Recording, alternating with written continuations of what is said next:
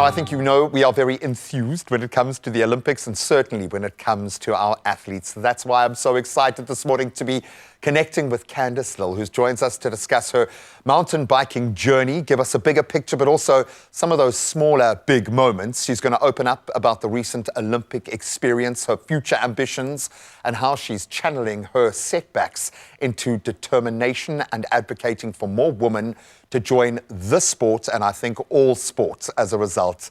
Talk me through your Olympic experience. First of all, how are you, my friend? I'm doing well. I'm doing really I want to ask, are you okay? Yes, but you seem more than okay. Yes. A lot of people are asking, how are you? Like with a little bit of, trepidation. I'm really good. I've processed it well. Obviously, so it was only just over a week ago that I did the mountain bike race at the Olympics, and everything unfolded. For those that don't know, my wheel broke. Tremendously so. You get breaks and then you get an implosion. Yes. I'm used to punctures, fixing those, it's fairly easy. And this was just, I say, a big freak accident where my wheel just exploded and there was a big loud bang and I had to get off and run to change the wheel. The year that I've had this year has been insane. Magic. Beyond my wildest expectations, honestly. I worked for years to even crack into the top 10. So my goal this year was let's get into the top 10 in some of those World Cups. And I got 2 podiums. And it's so obviously going into Olympics after that was a different ball game compared to what other Olympics I've been to, because there I was kind of just participating. Now it was like I was a legit medal You ain't propping up the numbers. And I believed it, and obviously there was a lot of pressure from everyone around. Everyone else believed it as well. Yes, and pressure, but also support, which is wonderful.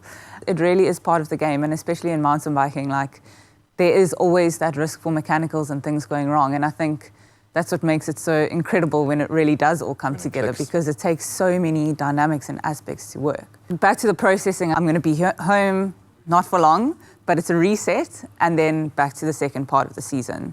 So there's big goals coming up. I'm going to Andorra when we fly over on Saturday again, and it's World Championships, and I have big goals there, and it's redemption time. I feel like what happened at Olympics was not because of something on my part that went wrong. So I still have the confidence. I still have the shape and belief in what I can do. Have your aspirations increased? Do you think you can do more than you thought you were capable of now that you've been through this gateway? I think the whole Olympic journey is really interesting. And if I look at myself and I look at other women that have been through the same but also very different journeys, and everybody reacts in a different way. And I think I'm finding that my real strength is the long haul, I can go through something that's painful and what I see as a growing experience and an opportunity to learn and grow.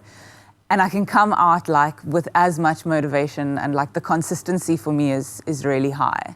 And that's why I have a lot of belief in what I can do in the next months on the World Cups. How about 4 years from now? Are you going to be back?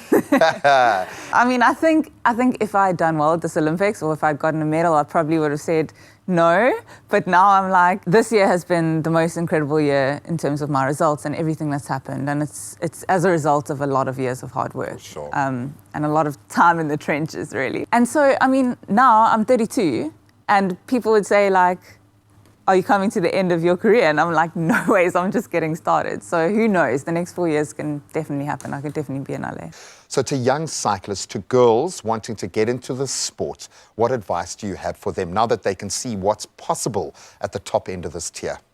Yeah, I think it's been amazing how many young women and also mothers of daughters or even little girls themselves have messaged me on Instagram, have reached out and told me that my journey has inspired them. And I think that's really touched me because, I often just feel like I'm doing this thing on my own, and there's so many people following and there's so many people watching, and I think it makes all those lows really worth it, and it makes it count how you react to those.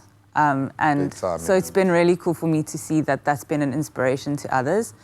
But I would say for young girls or young women that want to get involved in mountain biking, do it. Go for it. Yes, it's a great idea. And yeah, find a club or friends that you can ride with that make it fun and keep it fun.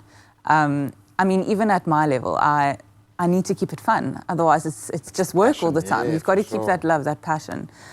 Invest in your skills, your technical abilities. I think a lot of people will say, you know, they look at the fitness side, but they don't see the other side. And There's it's actually a nuance to it, for massive sure. component of feeling confident and being able to enjoy the ride.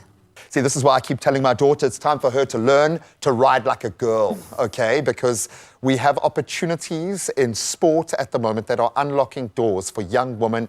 We just have to believe. So if you've got a daughter, show some videos online, just get them inspired, get them interested in something and go out there and conquer. Thank you so much for joining us.